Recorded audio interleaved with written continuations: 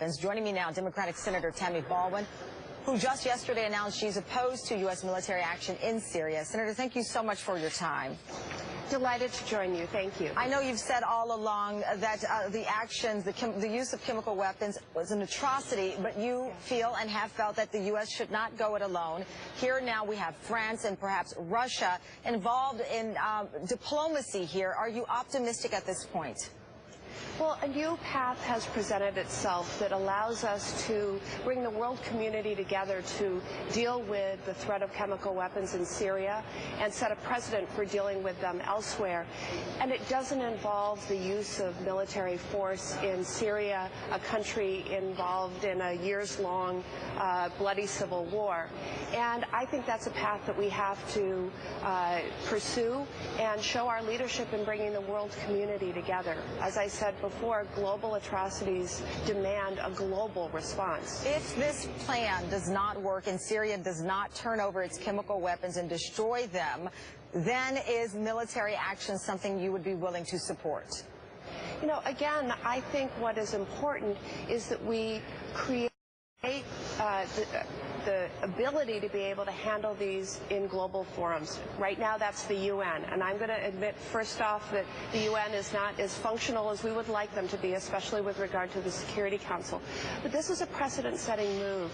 And we've got to be able to develop and lead a path forward that brings the world's states together to face these challenges and these atrocities.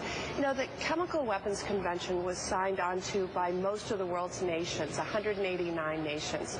We've got to give that convention and other treaties and conventions that deal with biologic weapons, nuclear weapons, and chemical weapons, we've got to give them teeth. We've got to figure out a way to enforce them. But it can't just be U.S. unilateralism over and over again.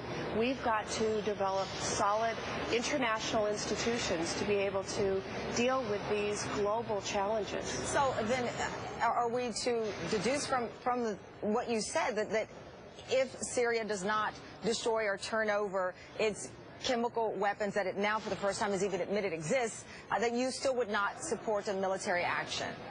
That's not what I said. What I said is that the global community has to act on this in concert. Now, the U.S. certainly will be a leader in bringing that global community together, but I think we have to use the institutions that were set up to enforce treaties, to enforce conventions, and that means seeing this process throughout.